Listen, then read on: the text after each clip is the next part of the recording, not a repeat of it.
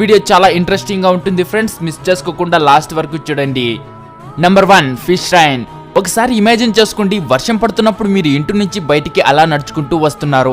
ఆకాశం నుంచి మీ మీద గుంపులు గుంపులుగా చేపలు పడిపోతే ఎలా ఉంటుందో. ఇలాంటి చేపల వర్షం గురించి మీరు ముందే వినే ఉంటారు కాబట్టి ఇది మీకు అంతగా షాకింగ్ అనిపించకపోవచ్చు. కానీ పిల్లులకి కుక్కలకైతే ఇదొక విందు భోజనం. పలానా చోట చేపల వర్షం పడిందని చెప్పుకోవటం వినే ఉంటారు, కానీ అది ఎలా సాధ్యం? ఆకాశం నుంచి నిజంగానే చేపలు పడతాయా? 2017 సెప్టెంబర్లో మెక్సికోలో ఉన్న తమిళిపాస్ స్టేట్ లో ఇలానే చేపలు ఆకాశం నుంచి పడింది. దాన్ని చూసి అందరూ షాక్ అయ్యారు. ఇలా చేపలు పడటం వెనుక ఏదో రహస్యం ఉందనుకోకండి. చేపలు ఆకాశం నుంచే పడినా ఆకాశంలో ఏం చేపలు ఉండవు. నిజానికి అవి భూమి మీద నుంచే ఆకాశానికి వెళతాయి. ఎలానో సరిగా అర్థం కావట్లేదు కదా. సముద్రాలపై టోర్నడోలు ఏర్పడి వేగంగా సుడులు తిరుగుతూ ప్రయాణించేటప్పుడు చేపలు, కప్పులు ఇంకా నీటిలో ఉండే కొన్ని జంతువులు అమితమైన శక్తితో పైకి వెళ్లిపోతాయి. ఒక్కోసారి టోర్నడోలతో పాటు గాలిలో వందల కిలోమీటర్ల దూరం ఈ జంతువులు ప్రయాణిస్తుంటాయి. ఒకసారి ఆ టోర్నడో బలహీనపడితే ఈ జంతువులు వర్షంలా నేలపై పడతాయి. ఈ విధంగానే చేపల వర్షం అక్కడ పడింది. సేమ్ చేపల వర్షం, కప్పల వర్షం కూడా ఇలానే పడుతుంది.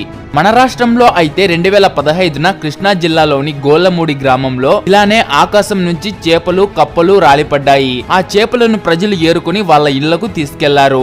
అలాగే 2008లో కేరళలోని కందనసరి గ్రామంలో, 2009లో గుజరాత్ లోని జామ్నాబాద్ గ్రామంలో ఇలానే చేపల వర్షం పడింది.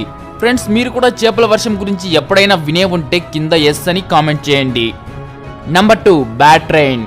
ఆస్ట్రేలియాలో మనుషులే కాదు, జంతువులు కూడా ఒక ఛాలెంజింగ్ లైఫ్ ని ఫేస్ చేశాయి. 2008 జనవరిలో దక్షిణ క్వీన్స్లాండ్ లోని చాలా ప్రాంతాల్లో ఉష్ణోగ్రతలు చాలా భరించలేనంతగా ఎక్కువైంది.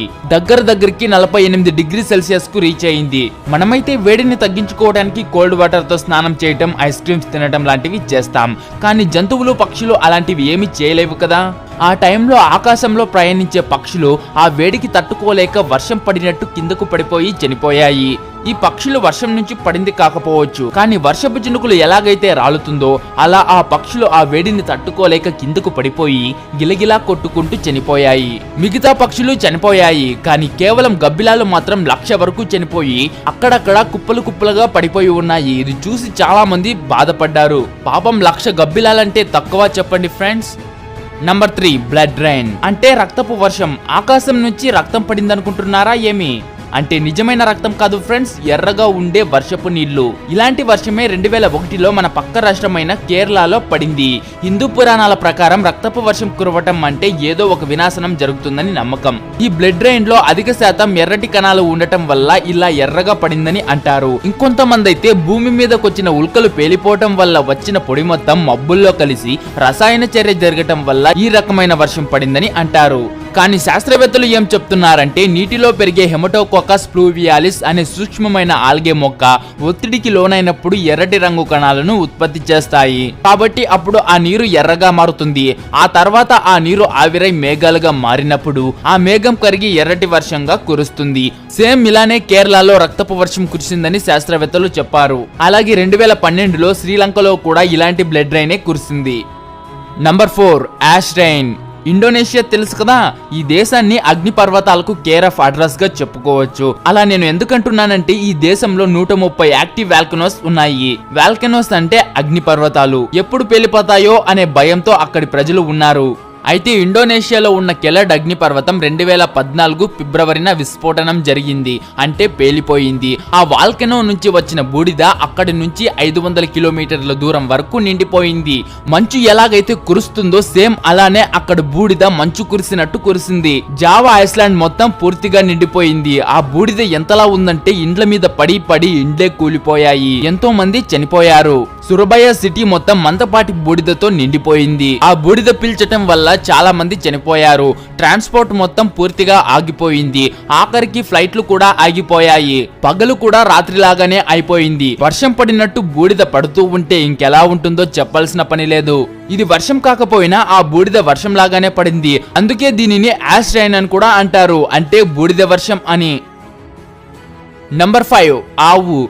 1997వ సంవత్సరంలో సీ ఆఫ్ జపాన్లో జపాన్కి చెందిన కొంతమంది నావికులు తమ బోట్లో చేపలు పడుతున్న సమయంలో హఠాత్తుగా ఒక ఆవు ఆకాశం నుంచి వారి బోటు మీద పడింది. దీనివల్ల వారి బోటు సముద్రంలో మునగటం మొదలైంది. అదే సమయంలో అటువైపు పెట్రోలింగ్ కి వచ్చిన రష్యన్ పెట్రోలియన్ బోట్ యొక్క సిబ్బంది ఆ నావికులను మునిగిపోకుండా కాపాడి తర్వాత వారిని జపనీస్ అధికారులకు అప్పగించారు. దాని తర్వాత ఆ జపనీస్ అధికారులు ఆ నావికులతో ఈ ప్రమాదానికి సంబంధించిన ప్రశ్నలు అడిగినప్పుడు వాళ్ళు ఇలా సమాధానం చెప్పారు. వారు తమ బోట్లో సముద్రంలో ఉన్నప్పుడు ఒక్కసారిగా ఆకాశం నుంచి ఒక ఆవు తమ బోటుపై పడిందని, అందువల్ల బోటు ప్రమాదానికి గురైందని తెలిపారు. కానీ ఈ విషయాన్ని నమ్మని అధికారులు అనుమానంతో వారిని అరెస్ట్ చేశారు. కప్పలు చేపలు ఆకాశం నుంచి ఎలా పడుతుందో మనకు ముందే తెలుసు. అవి బరువు తక్కువ ఉండటంతో టోర్నడోలతో పాటు పైకి వెళ్ళిపోతుంది. కానీ ఆవులు బరువుగా ఉంటుంది, పైకి వెళ్ళలేవు. మరి ఆకాశం నుంచి ఆవు ఎలా పడింది? దీని వెనుకున్న రహస్యం ఏంటంటే, రష్యన్ ఎయిర్ ఫోర్స్ యొక్క ఒక ఉద్యోగి బీప్ కోసం కొన్ని ఆవులను దొంగలించి తన విమానంలో వేరే ప్రాంతానికి తీసుకువెళ్లే సమయంలో ఆ ఆవుల బరువు విమానం మోయగలిగే కెపాసిటీ కంటే అధికంగా ఉండటంతో ఆ విమానం బ్యాలెన్స్ తప్పటం మొదలైంది. దాంతో ఆ వ్యక్తి భయపడి ఆ విమానంలో ఉన్న ఆవుల్లో కొన్నింటిని 30,000 అడుగుల నుంచి కిందకు తోసేశాడు. వాటిలో ఒకటే ఈ బోటు మీద పడింది. ఈ విషయాన్ని రష్యన్ ఎయిర్ ఫోర్స్ అధికారులు 2 వారాల తర్వాత జపనీస్ అధికారులకు తెలియజేశారు. దాంతో వారు ఆ నావికులను విడిచిపెట్టారు.